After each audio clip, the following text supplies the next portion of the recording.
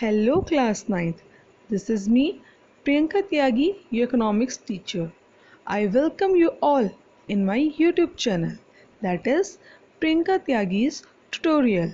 Video को start करने से पहले मैं आप सभी लोगों से रिक्वेस्ट करूंगी कि please hit the like button and do subscribe to my channel.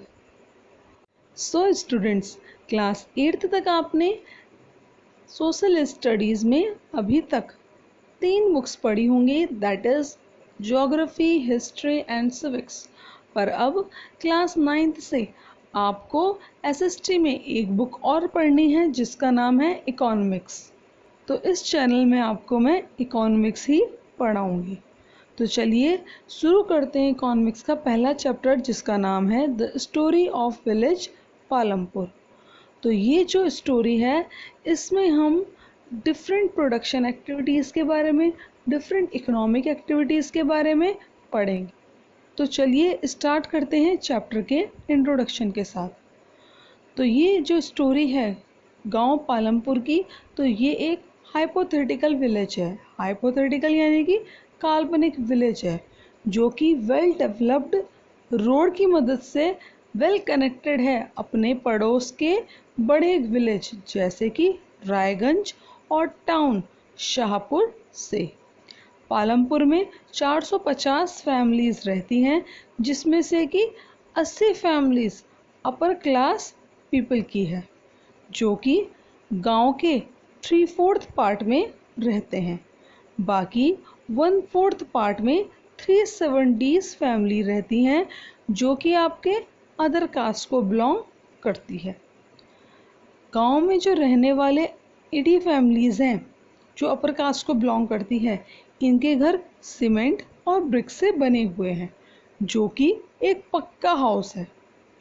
बल्कि जो लोग 370 फैमिली के हैं उनके घर मिट्टी से बने हुए हैं जो कि कच्चा हाउस है। गांव में ज़्यादातर लोगों के घरों में बिजली की व्यवस्था है जिससे कि ट्यूबवेल्स चलाए जाते हैं ताकि खेतों में सिंचाई की जा सके। गांव में 2 प्राइमरी स्कूल्स हैं। प्राइमरी स्कूल यानी कि जो 5th तक के होते हैं, एक हाई स्कूल है जो 10th तक के होते हैं, और एक हेल्थ केयर सेंटर है जो कि सरकारी हेल्थ केयर सेंटर है। गांव में एक डिस्पेंसरी की शॉप भी है। जैसे कि ये एक गांव है तो यहाँ पर जो मेन एक्टिविटी है प्रोडक्शन की वो एग्रीकल्चर है। अभी तक हमने क्या देखा कि गांव में ट्रांसपोर्टेशन फैसिलिटी भी है, गांव में इलेक्ट्रिसिटी की फैसिलिटी भी है, गांव में हॉस्पिटल है, गांव में स्कूल है। तो यानी कि गांव होने के बावजूद भी इस गांव में सारी फैसिलिटी उपलब्ध है। तो यानी कि ये गांव एक आदर्श गांव का सूचक है। और देखिए इससे गांव की मदद से हमने देखा कि कितने डिफरेंट तरह की प्रोडक्शन एक्टिविटीज़ होती हैं। तो ये जो प्रोडक्शन एक्टिविटीज़ हैं ये 2 पार्ट्स में डिवाइडेड है। पहली है फार्मिंग और दूसरी है नॉन फार्मिंग। तो पालमपुर में जो ज़्यादातर लोग हैं खेती पर डिपेंड है और एग्रीकल्चर ही यहाँ के लोगों का मेन ऑक्यूपेशन है। नॉन फार्मिंग एक्टिविटीज़ में आपकी dairy, small scale manufacturing industry, transportation ये सब आते हैं। एक तरह से एग्रीकल्चर को छोड़कर बाकी सभी जो एक्टिविटीज़ हैं वो नॉन फार्मिंग एक्टिविटीज़ में आती हैं। तो टॉपिक है हमारा ऑर्गेनाइजेशन ऑफ प्रोडक्शन, यानी कि प्रोडक्शन के लिए क्या संगठित करना होता है, क्या क्या चीज़ों की रिक्वायरमेंट होती है। तो पहला है हमारा लैंड। जैसे कि किसी भी चीज़ का अगर हमें प्रोडक्शन करना है, हमें कोई मार्कर बनाना है, कोई फ़ोन बनाना है, कॉपी बनानी है, तो सबसे पहले उसके लिए हमें ज़मीन चाहिए होती है। तो जैसे कि आपको पता है हमें कुछ भी चीज़ का प्रोडक्शन करना होता है तो सबसे पहले जिस चीज़ की ज़रूरत होती है वो है ज़मीन या लैंड जिसमें हम प्रोडक्शन करना है, या फिर कोई भी नेचुरल रिसोर्स जैसे कि पानी, फॉरेस्ट, मिनरल्स। तो सबसे पहली ज़रूरत है हमारे प्रोडक्शन की लैंड। दूसरा है लेबर। अब कोई भी इंडस्ट्री में अकेले एक आदमी तो काम करेगा नहीं, बहुत से लोग काम करेंगे तो जो कि अलग अलग काम करेंगे।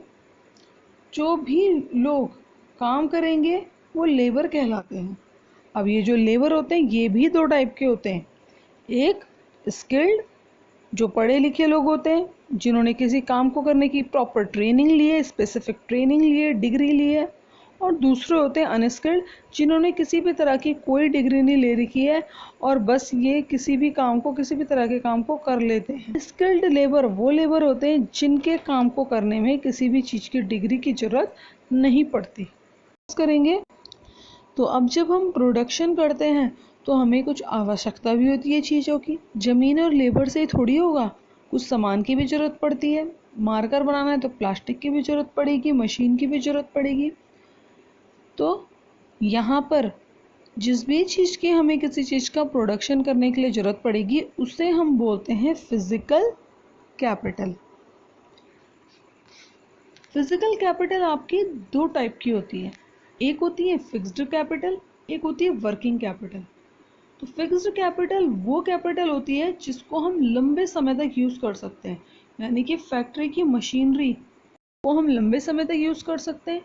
तो यहाँ पे जो फैक्ट्री की मशीनरी है, टूल्स हैं, वो आपका फिक्स्ड कैपिटल है। जबकि वर्किंग कैपिटल क्या है? वर्किंग कैपिटल यानी कि रॉ मटेरियल मनी, जिनको हम डे टू डे एक्टिविटीज़ में यूज़ करेंगे, वो आपका वर्किंग कैपिटल है। जैसे मार्कर बना रहे हैं अगर, तो मार्कर को जो मशीन बनाएगी वो आपकी फिक्स्ड कैपिटल, और जो मार्कर का प्लास्टिक है, जो मार्कर के प्लास्टिक को लाने में पैसा लग रहा है, तो वो सब आपकी वर्किंग कैपिटल में आ जाएगा। अब लास्ट देख लेंगे हम ह्यूमन कैपिटल।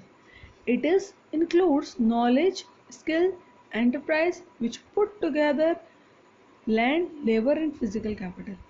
तो ह्यूमन कैपिटल क्या है? वो नॉलेज, वो स्किल जो क्या करेगा, इन सारे फैक्टर्स को जोड़ेगा और किसी भी प्रोडक्शन के काम को करेगा। तो वो आपका क्या है? ह्यूमन कैपिटल है। ठीक है, ज़मीन समझ में आ गई। सबसे पहले ज़मीन यानी कि जहाँ पर रह के हम काम को करेंगे। लेबर, जो लोग हमारे लिए वो काम करेंगे। फिजिकल कैपिटल, अब काम करना है तो चीज़ भी लानी पड़ेगी। मार्कर बनाना है अगर तो उसके लिए चीज़ भी लानी पड़ेगी, रॉ मटेरियल लाना पड़ेगा, बड़ी मशीनरी लानी पड़ेगी। तो फिजिकल कैपिटल में ये आ जाएगा, जो रॉ मटेरियल है वो आ जाएगा वर्किंग कैपिटल में, और फिक्स्ड कैपिटल में आ जाएगा आपका machinery. And at the last in सबको काम को कराने वाला स्किल, काम को कराने वाला नॉलेज, काम को कराने वाला एंटरप्राइज भी होना चाहिए, तो उसी को बोलते हैं हम ह्यूमन कैपिटल, जो इन सारे सेक्टर्स को कंबाइन करे, दैट इज ह्यूमन कैपिटल। और इन सभी को हम फैक्टर ऑफ प्रोडक्शन बोलते हैं। Land, labour, capital and entrepreneur या ह्यूमन कैपिटल, इनको हम क्या बोलते हैं? फैक्टर ऑफ प्रोडक्शन भी बोलते हैं। So that was all for today. Thank you and please do like, share and subscribe to my channel.